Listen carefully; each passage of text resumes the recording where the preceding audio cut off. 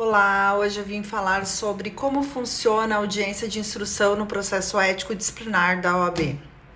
A Ordem dos Advogados do Brasil ela é a entidade que representa e fiscaliza o exercício da advocacia no Brasil.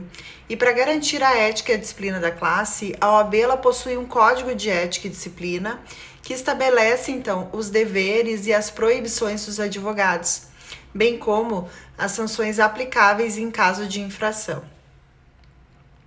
Quando um advogado é acusado de violar o Código de Ética e Disciplina, seja por uma representação de um cliente, de outro advogado, do Ministério Público, do Poder Judiciário ou de ofício pela própria OAB, ele está sujeito a um processo ético disciplinar perante o Tribunal de Ética e Disciplina, o TED, da seccional da OAB, onde está inscrito.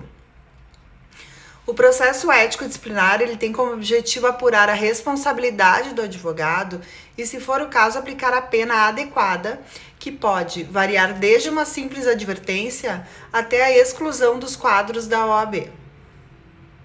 Mas como funciona esse processo? E quais são as suas fases? E qual que é o papel da audiência de instrução nesse contexto? Bom, o processo ético disciplinar, ele segue um rito previsto no Código de Ética e Disciplina e no Manual de Procedimentos do Processo Ético Disciplinar da OAB e também baseado no Código de Processo Penal.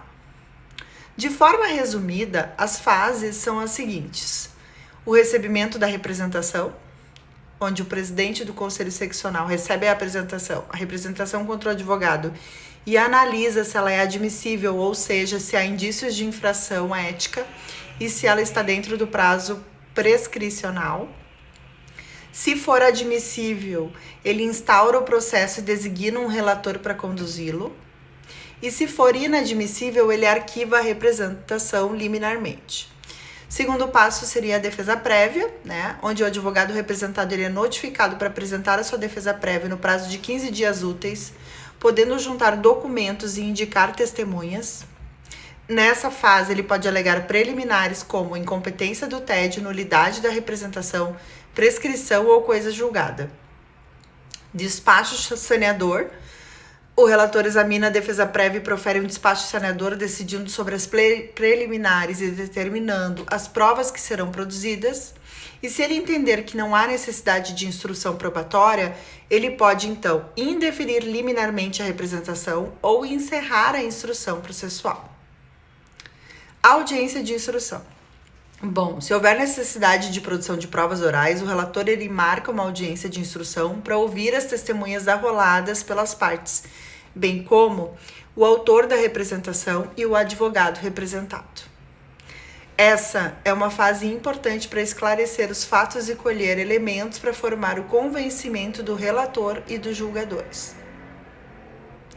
Razões finais. Bom, após a audiência de instrução ou o encerramento da instrução, abre-se o prazo, então, de 15 dias úteis para que as partes apresentem as suas razões finais por escrito, reforçando seus argumentos e pedidos.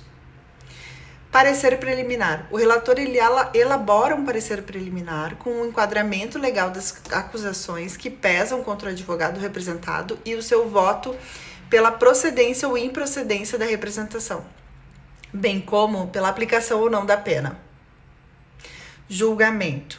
O parecer preliminar ele é submetido ao julgamento da turma do TED, que pode acolher ou rejeitar o voto do relator por maioria simples. O julgamento ele é público e as partes podem fazer sustentação oral. Dessa decisão, cabe recurso ao Conselho Seccional da OAB, em alguns casos ao Conselho Federal.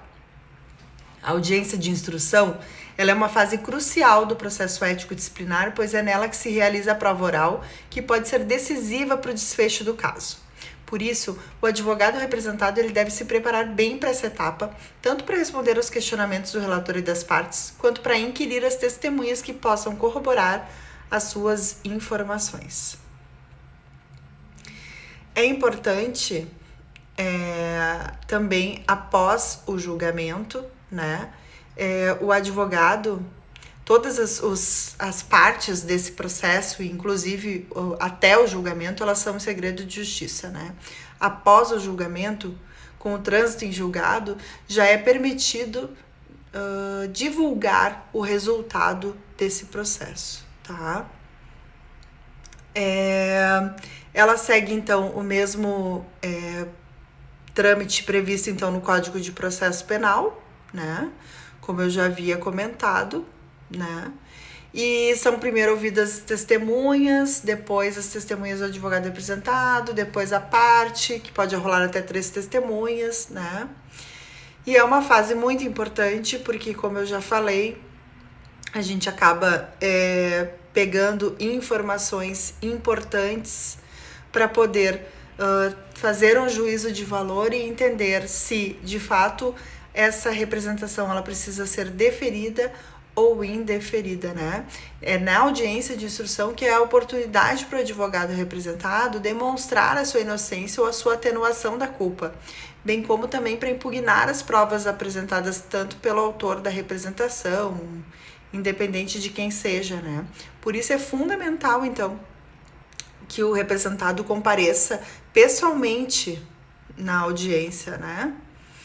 Para poder, então, e se manifestar de forma clara, né? Para poder fazer essa defesa de forma mais específica. É isso. Boa noite a todos, obrigada.